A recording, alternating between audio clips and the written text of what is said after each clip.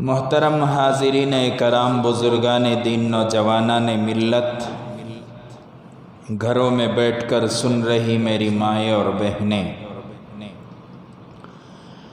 آج لوگوں کا مزاج بالکل بدل چکا ہے۔ سننے کا مزاج ختم ہے، صرف سنانے کا مزاج ہے۔ ہر کوئی سنانا چاہتا ہے، صلاحیت ہے، صلاحیت نہیں ہے۔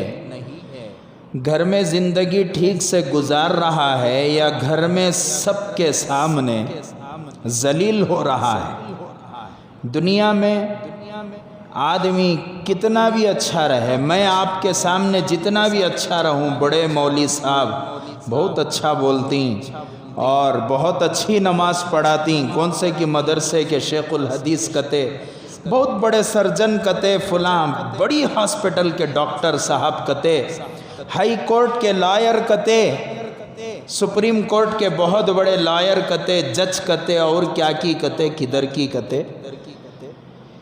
بیوی نہیں مانتی، بچے گالیاں دیتے ہیں، گھر میں بد اخلاق ہے، اس کا لائر، اس کا ڈاکٹر، اس کا مولوی، اس کا انجینئر سب بیکار ہے۔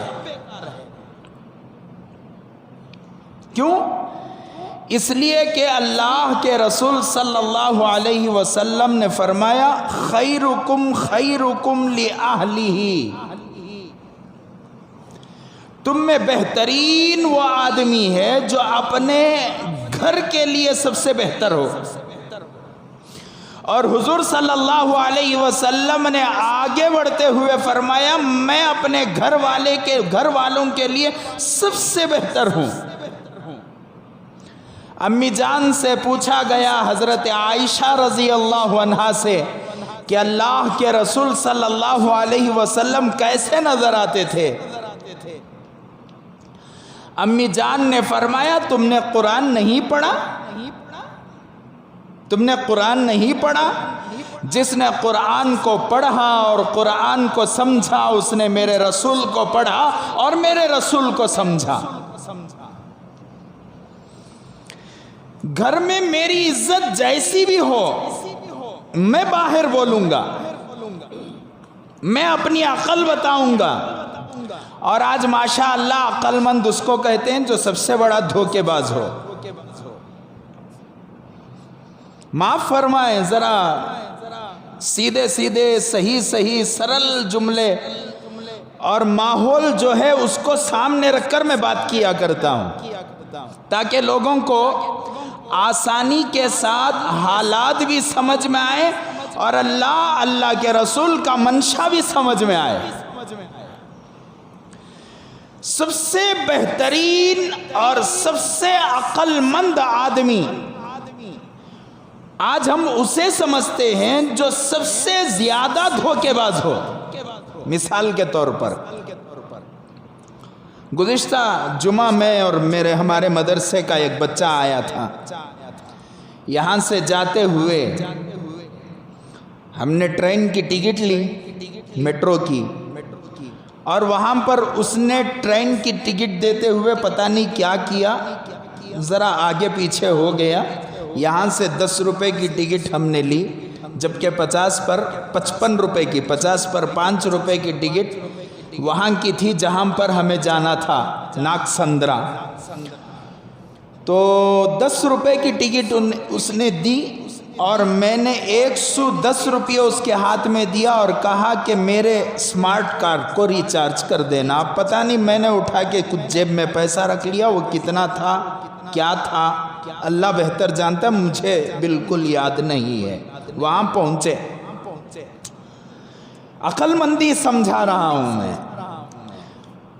آدمی جب اللہ اور اللہ کے رسول کے لیے ڈرنا سیکھتا ہے تو ہر چیز میں وہ کوشش کرتا ہے کہ اس میں مجھے اسلامی تعلیم ملے۔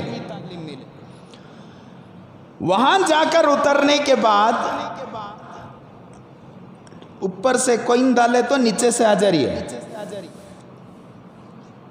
گیٹ نہیں کھل رہا ہے، کیا کرنا؟ اب وہ جو ٹکٹ دینے والا تھا اس نے دھوکہ دیا تھا، 50 روپے کا دھوکہ تقریباً اس نے دیا ہوگا۔ اب میں وہاں گیا اور لڑا۔ اگر نکلنے کے راستوں کو تلاش کیا جائے، آدمی سائبر کرائم میں کتے کی ہزاروں روپے چرا لے رہا، منجے 40 روپے بچا کو باہر نکلنا نہیں آ سکتا تھا؟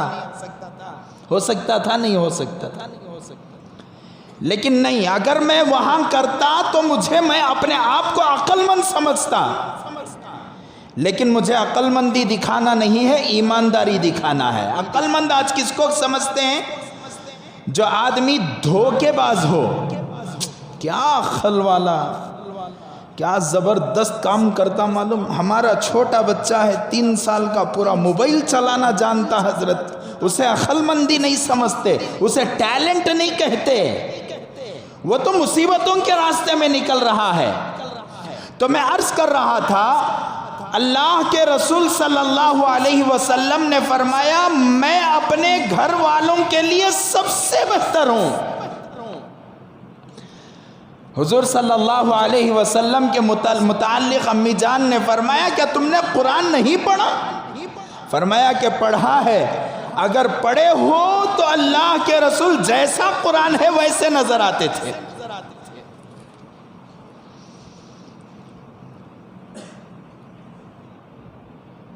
آج ہر کوئی بولنا چاہتا ہے، سننے والے کم ہو چکے، اب مزاج ختم ہو چکا۔ اگر کسی عالم کے دروازے کے پاس جا کر کھڑے ہونے کا موقع بھی آ جائے، آدمی اپنا موبائل نکالتا ہے۔ خصوصیت کے ساتھ نوجوان اپنا موبائل نکالتے ہیں، گوگل، علامہ گوگل صاحب سے پوچھتے ہیں کہ یہ فلاں مسئلے کا حل کیا ہے۔ جو مسجد میں مولانا آتے تھے اب ان کی ضرورت نہیں، گوگل صاحب نہیں، اب گوگل صاحب کو پوچھ لیں گے۔ پیشاب کا خطرہ اوپر لگا، گوگل صاحب کو پوچھو۔ کھانے کا مسئلہ کیا کی ہوگا، اب گوگل صاحب کو پوچھو۔ اب کیا کہ مجھے ایک مسئلہ معلوم کرنا ہے، اب گوگل صاحب کو پوچھا۔ اب گوگل صاحب یہ کچھ مدرسے میں پڑھ کو آئے ہیں سو۔ اب دنیا کے اندر کوئی عالم مدرسے سے فارغ نہیں ہے، کوئی ڈاکٹر مدرسے سے فارغ نہیں ہے، اور ماشاءاللہ بولنا آ جائے، کچھ بھی علم نہ ہو، ہر آدمی اب مسئلہ بول رہا ہے۔ اور وہ کیا بولتے، ڈاکٹران کے ٹوٹکے پورے یوٹیوب کو بھر کو ہیں۔ کمبر کے درد کو یہ کھاؤ، سر کے درد کو یہ کھاؤ، پیٹ کے درد کو یہ کھاؤ، بالاں کالے ہونے کے واسطے یہ کھاؤ، یہ استعمال کرو۔ کتنے سال پڑھے ڈاکٹر صاحب، کیا بھی نہیں آتا۔ ان کو ڈاکٹر صاحب نہیں بولتے، قبرستان آباد کرنے والے بولتے سو۔ تو ہر آدمی بولنا چاہتا ہے، اور علماء کے پاس بیٹھنے کا وقت نہیں ہے لوگوں کے پاس۔ آج موبائل میں 1 گھنٹہ گزاریں گے، موبائل میں 2 گھنٹے گزاریں گے، ایک واٹس ایپ میسج دیکھنے کے لیے۔ میں اپنی بات کہوں گا، آپ کی بات نہیں، آپ تو آپ ہیں، میں اپنی بات کہوں گا۔ ایک مرتبہ واٹس ایپ کھولتے ہیں، واٹس ایپ سے کھلا، پھر وہاں اور ایک میسج آیا تھا اسے کھولے، پھر اور ایک میسج آیا تھا اسے کھولے، ایک ای میل آیا تھا اسے کھولے، پھر اس کے بعد جاتے جاتے ایسا ہی دیکھتے دیکھتے انسٹاگرام پر پہنچے، وہاں پر کچھ جو ہے لائک ہوا تھا وہ دیکھے، اس کے بعد پھر فیس بک پر ٹن کر کو آواز آئی اسے کھولے۔ ہوتے ہوتے گھنٹے سے 1.5 گھنٹہ ٹائم موبائل لے لیتا ہے، احساس تک نہیں ہوتا۔ گزشتہ جمعہ باہر بیٹھ کر میں بتایا، ایک صاحب اپنے بچے کا نام رکھے، بڑا زبردست اور خوبصورت نام۔ کیا حاجی صاحب کان سے دیکھے آپ، یہ نام بہت اچھا ہے نا، پوترے کو رکھے ہی نہیں حضرت، قرآن سے رکھا۔ ارے قرآن میں وہ آیت کون سی منجے نہیں معلوم ہے سو، یہ کون سی کی نئی چیز دکھ رہی ہے نا رتی، بتاؤ منجے قرآن میں کیا رکھے ہی انہوں، ادھر بھول گیا ہوں میں، ادھر کی آیت کا آخری کا ایک ٹکڑا، ادھر کی آیت کا آخری کا ٹکڑا، 2 ملا کو نام بنا دلے۔ حافظ قرآن کے پاس جاتے، عالم دین کے پاس جاتے، رکھنے دیتے انہوں نام، ایک بچی کا نام علیزہ رکھا گیا. کیا نام رکھے؟ علیزہ. کان سے دیکھے حضرت؟ ہمیں وہ گوگل میں دیکھے حضرت. اب گوگل اس باقی تھا سو کیا نام کتے؟ ان کو نام کا معنی بھی نہیں معلوم، لیکن نام اچھا دکھا حضرت، اس کے واسطے ہمیں رکھ ڈالے. اس کے بعد میں بتایا یہ شیعہ حضرات کا نام ہے. علیزہ شیعہ حضرات کا نام ہے، اور علیزہ کا معنی کیا بھی نہیں ہے. فلموں کی ہیروئنیں استعمال کر کر ہیں. کسی صاحب نے مجھ سے کہا تھا انہی مصیبتوں کے ساتھ ایک مصیبت ہمارے درمیان میں چل رہی ہے. کیا؟ کون سے کی ایک مولوی صاحب چیخا مار کو بیان کرے، ان کا بیان اٹھا کو اسٹیٹس میں رکھ لیتے ہمیں. انہیں مولوی صاحب کون نے چور ہے کی مولی ہے کی، اس کا کوئی ایمان غارت ہوا تو ہون دے، فرق نہیں پڑتا. لیکن داڑھی چھوڑ کو ہی اوپر سے نیچے تک کیا پہن کو ہی، عبا پہن کو ہی، رومال پہن کو ہی، زبردست عینک لگا کو ہی، کیا سامنے لیپ ٹاپ رکھ کو ہی، اور بول رہی ماشاءاللہ. بولنے کا انداز بڑا نرالا ہے. نوجوان اٹھا کو اسے موبائل میں رکھ لیا ہے. آپ کو معلوم حالات اتنے خراب ہیں کہ داڑھی رکھ کر لوگ نبوت کا دعویٰ کر رہے ہیں. ہمارے سب سے آخری نبی کون؟ ذرا بولنا. کون؟ حضرت محمد رسول اللہ صلی اللہ علیہ وسلم. انا خاتم النبیین لا نبی بعدی. میں سب سے آخری پیغمبر ہوں، میرے بعد کوئی نبی نہیں، کوئی پیغمبر نہیں. اور جو کہے گا وہ جھوٹا ہوگا. جو کہے گا جھوٹا ہوگا. آپ کو تعجب ہوگا کہ حق پرست علماء کے پیچھے اتنے لوگ نہیں ہوتے جتنے لوگ جھوٹے نبیوں کے پیچھے ہوتے ہیں. یہ بڑے بڑے بال چھوڑ کو، داڑھی نہیں ہے اسے، ٹی شرٹ بھی پینٹ پہنیا ہے، سیدھا سے اردو بولنا نہیں آ رہا ہے، سیدھا سے قرآن پڑھنا نہیں آ رہا ہے، انہیں نبوت کا دعویٰ کر رہا. تقریباً اس کے پیچھے 1,00,000 سے 2,00,000 لوگ لگے ہوئے ہیں. شیطان اتنا جلدی حملہ کرتا میں کیا بتاؤں. تو اسی لیے گزشتہ جمعہ میں نے کہا کہ ذمہ داروں سے کہ جس راستے سے ہم لوگوں پر ایمان کا حملہ ہو رہا ہے، ایمان پر ڈاکہ ڈالا جا رہا ہے، اسی راستے سے حق کا راستہ بھی بتایا جائے. کون سا راستہ؟ وہ کون سا معلوم؟ ذرا ہمیں آپس میں گفتگو بھی کریں گے، خالی بیانی چھنکو. کون سا راستہ؟ وہ جس راستے سے باطل اندر آ رہا ہے، سوشل میڈیا والا راستہ. کیا باطل ہے؟ سوٹ بوٹ میں ماشاءاللہ ٹائی لگا کو دینی مسائل بیان کر رہا ہے. ہمارے اس ملک کے ایک بہت بڑے دائی ہیں جناب ذاکر نائک صاحب، ٹھیک ہے، بہت بڑا کام کیے ہیں وہ. ہم ان کی خدمتوں کو سراہتے ہیں، لیکن عالم نہیں ہیں. اسکالر ہو سکتے ہیں، عالم نہیں ہو سکتے. ریسرچ کرنے والے ہو سکتے ہیں، عالم نہیں ہو سکتے. ریسرچ کس کو؟ عالم اور ریسرچ کرنے والے میں زمین آسمان کا فرق ہے. میں بھی ڈاکٹرنگ ریسرچ کر سکتا ہوں، میں بھی لائرنگ، میں بھی جو ہے کانسٹیٹیوشن آف انڈیا کے آرٹیکلز کو ریسرچ کر سکتا ہوں، میں بھی میڈیسن اور آپریشن کرنے کے طریقے کو ریسرچ کر سکتا ہوں. لیکن میں ڈاکٹر، ارے بولو، ہو سکتا ہوں؟ نہیں ہو سکتا. جب تک کہ میں جا کر استاذ کے سامنے زانوِ ادب تہ نہ کروں. مجھے رامائن یاد ہے، مہابھارت یاد ہے، مجھے گیتا یاد ہے، وہ اور ایک کون سی کی یاد ہے، قرآن بھی یاد ہے چاپٹر نمبر کے ساتھ، ساری چیزیں اپنی جگہ میں، لیکن مسائل بیان نہیں کر سکتے. اور ماشاءاللہ ذاکر نائک صاحب تو چلے گئے، لیکن ان کے جو لوگ ان سے متاثر لوگ ہیں وہ مسائل بیان کرتے ہیں، کر سکتے ہیں مسائل بیان؟ اللہ حفاظت فرمائے، ایمان نکل جائے گا۔ جو معلوم ہے جتنا معلوم ہے وتاج بتانا، اس سے زیادہ بتانے کی کوشش نہیں کرنا۔ بعض مرتبہ میرے مسائل بتانے سے سامنے والا عمل کرے گا، اس کا ایمان بھی غارت ہوگا، بتانے والے کا ایمان بھی غارت ہوگا۔ ریسرچ کر سکتا ہے آدمی، لیکن عالم نہیں ہو سکتا۔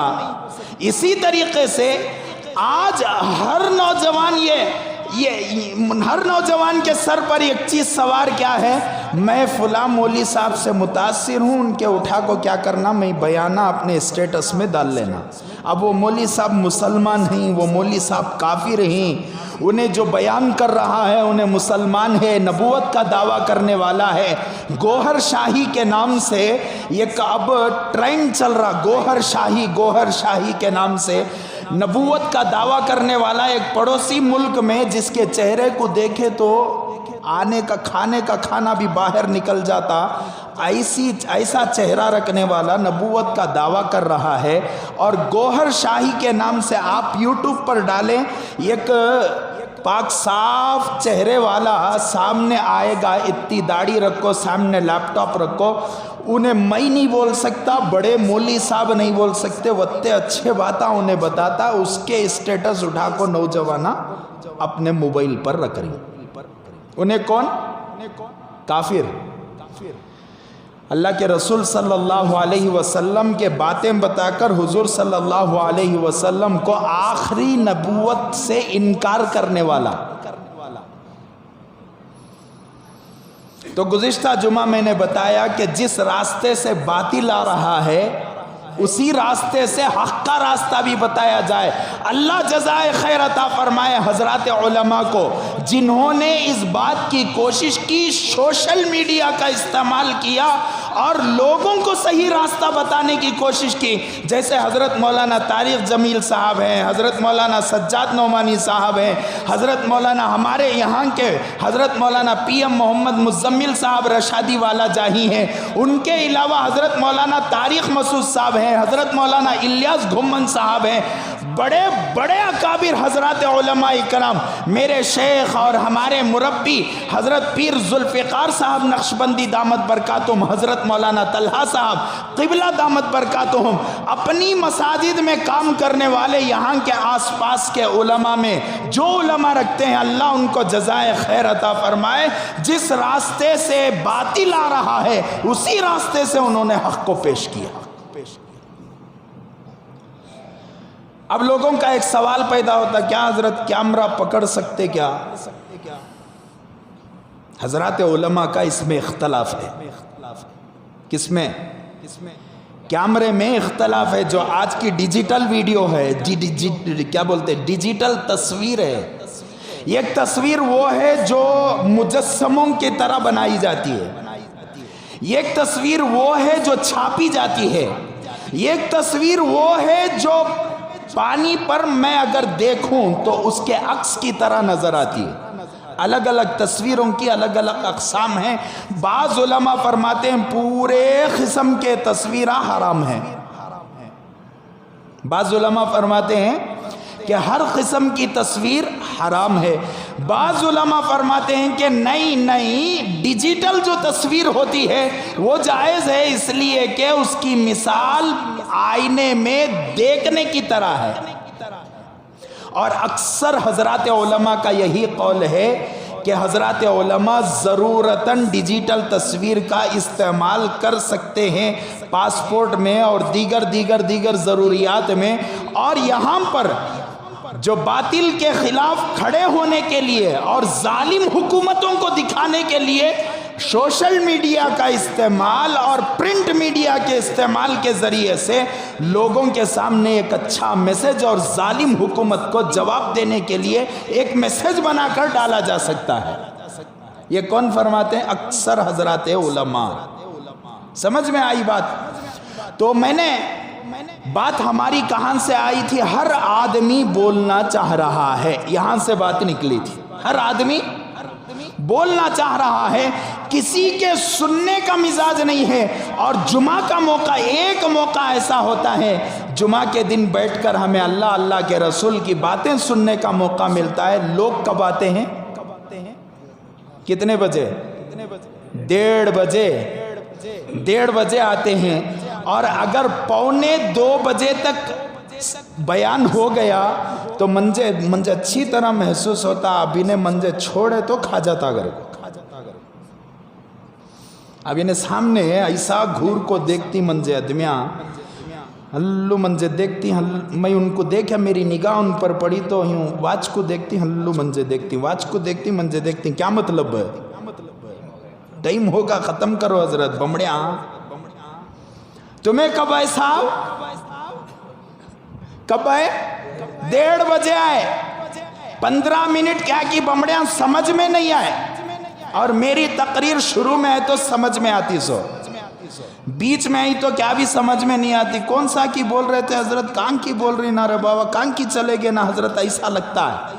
اب میں طبیعت سے کہاں سے بات میری شروع ہوئی تھی کہ ہر آدمی بولنا چاہتا ہے، سننے والا کوئی نہیں ہے۔ وہ اسی لیے میں نے بتایا کہ جب میں آ کر بیٹھا تو پوری مسجد میں تقریباً 20 سے 25 آدمیاں بیٹھے تھے۔ سننے کا مزاج ختم ہو گیا۔ ایک زمانہ تھا، حضرت مولانا انظر شاہ صاحب قبلہ دامت برکاتہم، حضرت مولانا حنیف افسر عزیزی صاحب، حضرت مولانا دیگر حضرات علماء، حضرت امیر شریعت رحمت اللہ علیہ، اور حضرت مولانا پالن حقانی صاحب، حضرت مولانا احتشام الحق صاحب۔ ہمارے بچپنے میں ہم لوگ دیکھتے تھے کہ مساجد میں قدم رکھنے کے لیے جگہ نہ ہوتی۔ جب میں سبیل الرشاد میں پڑھتا تھا، جب میں الکلیۃ سعودیہ میں پڑھتا تھا، اس وقت ہم لوگ دیگر علماء کے بیانوں کو جاتے تو بیان میں ہم لوگوں کو بیٹھنے کی جگہ نہ ہوتی تو مسجد کے باہر وضو خانے کے پاس بیٹھ کر سنتے تھے۔ اور آج کا حال کیا ہو چکا؟ ہر آدمی مصروف، ماشاءاللہ۔ اذان سن کو ہمیں کہاں جاتے سو؟ نہانے کے واسطے جاتے سو۔ حضرت کیا حضرت سچی باتاں بولو نو کو حضرت، تمہیں معلوم ہے آپ کو اللہ نے قرآن پاک میں کیا فرمایا؟ اذا نودی للصلاۃ من یوم الجمعۃ فاسعوا۔ جب مؤذن صاحب اذان دینے کے لیے اذا نودی للصلاۃ من یوم الجمعہ، جمعہ کے دن مؤذن صاحب جب اذان دے ڈالتی، فاسعوا الی ذکر اللہ، دوڑو اللہ کے ذکر کی طرف، یعنی نماز کی طرف۔ اللہ حکم دے رہا، سو ریکویسٹ نہیں کر رہا ہے۔ ٹھیک ہے چل جاتا ہے، گئے تو بھی چلتا، نہیں تو بھی نہیں، ایسا نہیں۔ اللہ نے فرمایا کہ دوڑو مساجد کی طرف۔ اسی حکم کی وجہ سے حضرات علماء نے فرمایا اگر کوئی آدمی اذان کے بعد دکان چلاتا ہے، اپنی میڈیکل چلاتا ہے، اپنی آفس چلاتا ہے، اس کے بعد وہ 1 روپیہ بھی اگر کماتا ہے تو حضرات علماء نے فرمایا اللہ کی نافرمانی کی وجہ سے وہ 1 روپیہ حرام ہو جاتا ہے۔ اور ہمیں ماشاءاللہ وہ ڈور بند کرتے سوچ اذان سن کو، اس کے بعد گھر کو جا کو پانی نہالے کو واپس آئے تک 1.5 گھنٹہ 15 منٹ کے بعد بیان ختم۔ اس کے بعد کیا صاحب پورا معلوم حضرت، ہمیں حضرتان سے سن کو ہی بلّہ کا ہے کہ نہیں؟ معافی چاہتا ہوں، میں جو حقیقت ہے وہ بتا رہا ہوں۔ تو اللہ سے دعا فرمائیں کہ اللہ تعالی ہم لوگوں کو نیک توفیق نصیب فرمائے۔ اذان اول کے بعد کوئی آدمی مسجد کو نہیں آتا، دنیاوی مصروفیات میں رہتا ہے، وہ گنہگار ہے۔ اذان اول کے بعد کوئی آدمی اپنی مصروفیات میں رہتا ہے، تجارت کرتا ہے، وہ حرام کر رہا ہے۔ اور آپ اندازہ لگائیں، سود کا کھانا حرام ہے، خنزیر کا گوشت حرام ہے، جتنے غیر اللہ کے نام پر چڑھنے والی دعوتیں حرام ہیں۔ اسی طریقے سے جمعہ کی اذان اول کے بعد کمایا ہوا پیسہ کھانا بھی حرام ہے۔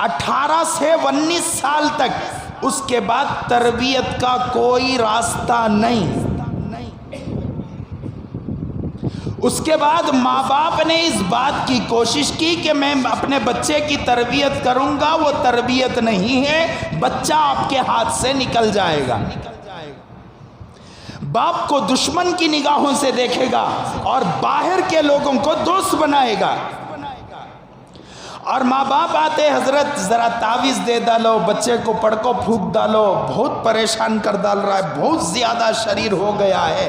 انہیں شریر نہیں ہوا، ماں باپ نے اس کی تربیت ڈھنگ سے نہیں کی، جس کی وجہ سے بچہ راستے پر نکل گیا۔ جب بچہ چھوٹا ہوتا ہے نا، بالکل ننھا سا، ابھی کچھ بول رہا ہے، ایک ہے بچہ پیدا ہونے سے پہلے کی تربیت، ایک ہے بچہ پیدا ہونے کے بعد کی تربیت، 3 سے 4 سال 5 سال تک، اور 5 سال کے بعد جب بچہ بولنے لگتا ہے تو اس کے بعد کی تربیت۔ گزشتہ جمعہ میں نے پیدا ہونے سے پہلے کی تربیت بتایا، ٹھیک ہے؟ اب پیدا ہونے کے بعد جب بچہ بولنے لگتا ہے تو اس وقت کی کیا تربیت ہے؟ بچہ جب سینے سے لگ کر دودھ پیتا ہے تو اس وقت کیا کرنا چاہیے؟ آج کی عورتیں معاف فرمائیں اگر آپ کے کانوں تک میری آواز پہنچ رہی ہے، آپ اپنے بچوں کو تربیت کرنا نہیں جانتی، نہیں سیکھتی اور سیکھنے کا ارادہ نہیں ہے، اللہ کا واسطہ بچوں کو پیدا نہ کریں۔ حضرت ٹیپو سلطان شہید رحمت اللہ علیہ کے سلسلے میں آ کر حضرت حیدر علی سے کہا گیا کہ حضرت آپ کے بچے نے چیتے کو چیر دیا، شیر کو چیر دیا۔ اور حضرت حیدر علی رحمت اللہ علیہ دوڑتے ہوئے اپنی بیوی کے پاس حضرت ٹیپو سلطان کے پاس گئے، ٹیپو سلطان کی امی کے پاس گئے، فرمایا کہ میرے بچے نے آج بہادری دکھائی، میں نے اسے جنگ سکھایا، میرے بچے نے بہادری سے شیر کو چیر دیا۔ اماں نے کہا کہ یہ آپ کا کمال نہیں، یہ کمال کس کا ہے؟ یہ کمال میرا ہے۔ حضرت حیدر علی نے پوچھا، تلوار میں سکھایا، دوڑ میں سکھایا، کشتی میں سکھایا، اسے طاقتور میں بنایا، اور تم کہہ رہی ہو کہ میرا کمال ہے؟ تو اماں نے فرمایا کہ یہ آپ کی طاقت اور آپ کے سکھانے سے نہیں آتا، یہ بچہ جب پیٹ میں تھا اس وقت کا اثر ہے۔ کیا اثر ہے؟ جس وقت تک بچہ میرے پیٹ میں رہا اس وقت تک میں نے قرآن کی تلاوت کی۔ جس وقت تک بچہ میرے پیٹ میں رہا، اور جب بھی میں بچے کا خیال آتا تو درود شریف پڑھا کرتی تھی، اور جب بچہ پیدا ہو گیا تو بچہ جب بھی دودھ پیتا تو میں نے کبھی اپنے بچے کو بغیر وضو کے دودھ نہیں پلایا، اور جب بھی بچے کا کھانا تیار کرتی اس وقت میں قرآن کی تلاوت جناب محمد رسول اللہ صلی اللہ علیہ وسلم پر درود پڑھتے ہوئے کھانا تیار کرتی، اور اس کھانے کو میرے بچے کے منہ میں کھلاتی اور بچے کا پیٹ بھرتا۔ اللہ تبارک و تعالیٰ نے اس کی برکت سے آج ہمارے بچے کو اتنا بہادر بنایا۔ اور آج کی عورتیں بھی ماشاءاللہ کرتی ہیں، گانے گاتے ہوئے تیرے میرے گھر کی کہانی، کسوٹی زندگی کی کہانی، اور پروگرام دیکھتے ہوئے ہندوستان کے پروگرام ہم بس رہی ہیں، اب پڑوسی ملک کے پروگرام دیکھ لے کو کھانا پکا رہی ہیں۔ اب تو ماشاءاللہ ٹی وی جا کر بیٹھ کو دیکھنے کی ضرورت نہیں، اب تو چولہے کے پاس ٹی وی رکھ لے کو دیکھے جا۔ اب تو ایسا حال ہو چکا، رات میں پروگرام تھا دیکھنے کا موقع نہیں ہوا، صبح کو ریکارڈ کر کو دیکھ لیے جا۔ چل رہا نہیں چل رہا؟ اور میرا بچہ ابھی 2-4 دن پہلے میں نے ایک ویڈیو دیکھا، ایک لڑکی پڑوسی ملک کی ایک لڑکی وائرل ہو رہی، ملین صاف میں اس کے ویڈیوز دیکھ رہے، کیا کر رہی ہے؟ ڈانس کر رہی ہے۔ اور جب میری ماں ایسی تربیت کرے تو بچیاں ڈانسر ہی ہوں گی۔ حضرت بختیار کاکی رحمت اللہ علیہ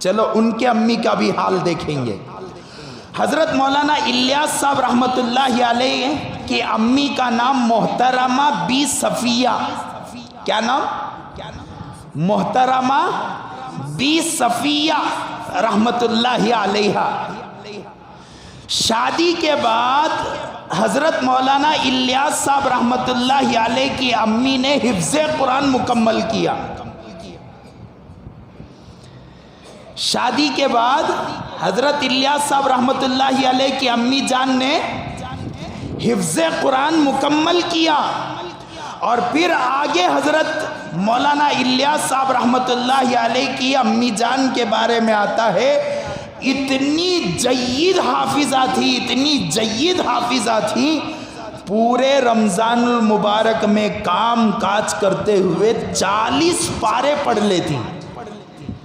کتنے پارے؟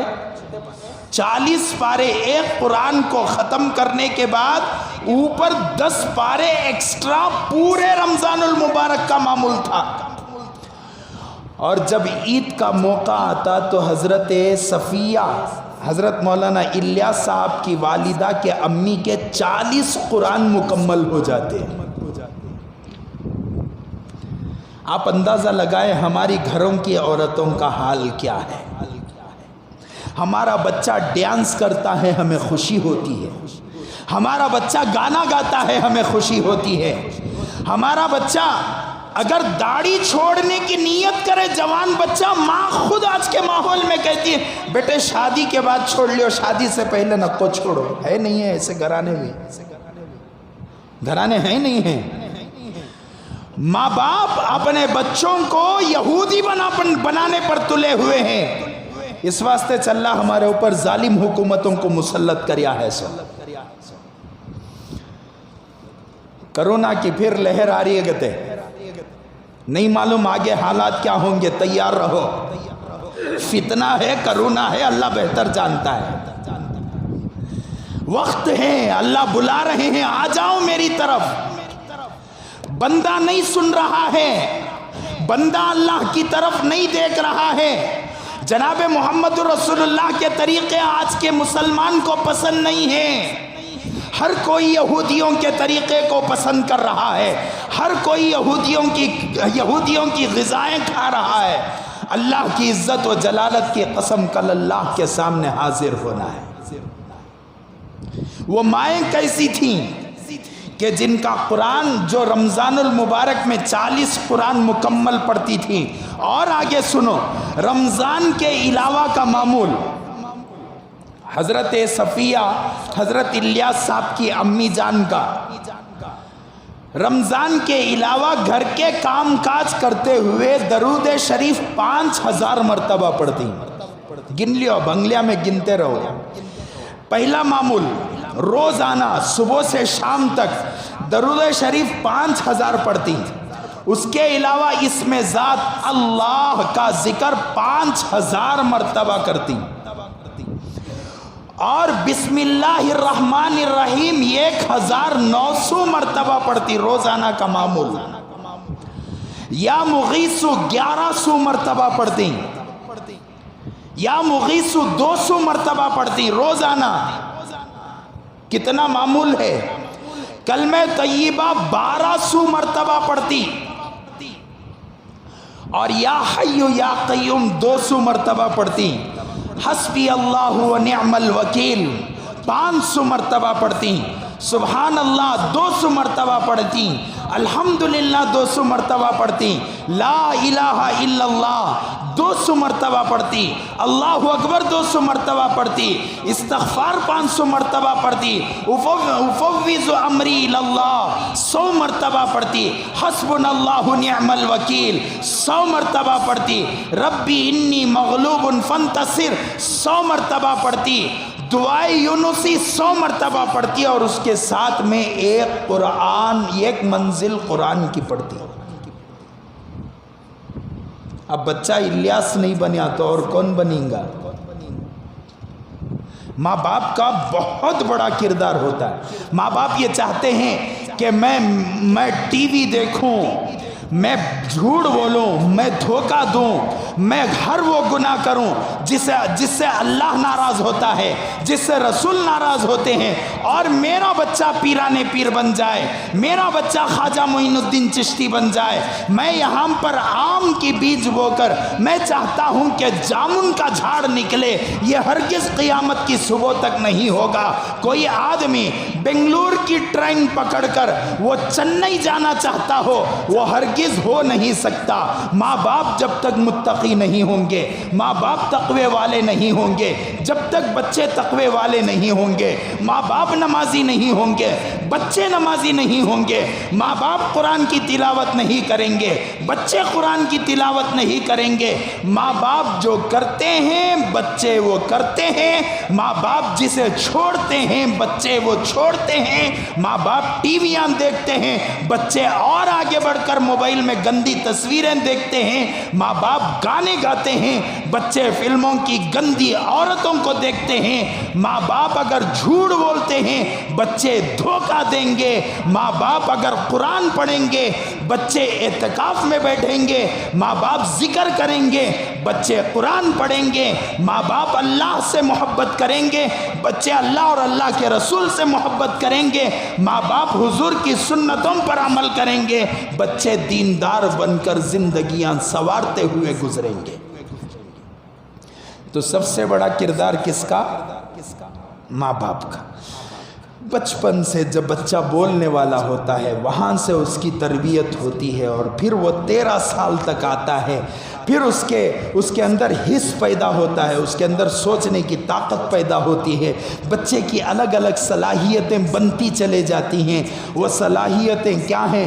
تقریباً 2-3 جمعہ سے آپ حضرات کے سامنے بیان کرنے کی کوشش کر رہا ہوں، لیکن وقت کی قلت کی وجہ سے بیان کر نہیں پا رہا ہوں۔ اگلے جمعہ انشاءاللہ 13 سال کا اگر آپ کا بچہ ہے، اس کے اندر کیا کیا صلاحیتیں، کیا کیا انٹیلیجنسیز ہیں، اس کو کس طریقے سے ڈسکور کرنا، اور اس انٹیلیجنسی کے بچے کی تربیت کس طریقے سے ہوگی، انشاءاللہ اگلے جمعہ آپ حضرات کے سامنے عرض کرنے کی کوشش کروں گا۔ اور اس کے بعد ختم نبوت پر کچھ باتیں آپ حضرات کے سامنے آئیں گی، اس لیے کہ سوشل میڈیا کے ذریعے سے مسلمانوں کے ایمان پر ڈاکہ ڈالنے کی چند سازش کرنے والے لوگ سازش کر رہے ہیں۔ انشاءاللہ اگر لاک ڈاؤن نہیں ہوا، دعا فرمائیں کہ اللہ لاک ڈاؤن سے حفاظت فرمائے، حالات کے کشیدہ ہونے سے حفاظت فرمائے۔ لوگ کہہ رہے ہیں کہ دوبارہ کرونا آ چکا، کرونا آئے نہ آئے، مارنا جلانا، بیماری دینا، صحت دینا، شفا دینا، سب اللہ کا کام ہے۔ بس اللہ سے دعا ہے اللہ لاک ڈاؤن سے حفاظت فرمائے اور آنے والے حالات سے مسلمانوں کی حفاظت فرمائے، امن کے ساتھ اطمینان کے ساتھ اللہ شعبان بھی گزارنے کی توفیق نصیب فرمائے اور ایسے حالات بنائے رمضان بھی اللہ تبارک و تعالی گزارنے کی توفیق دے۔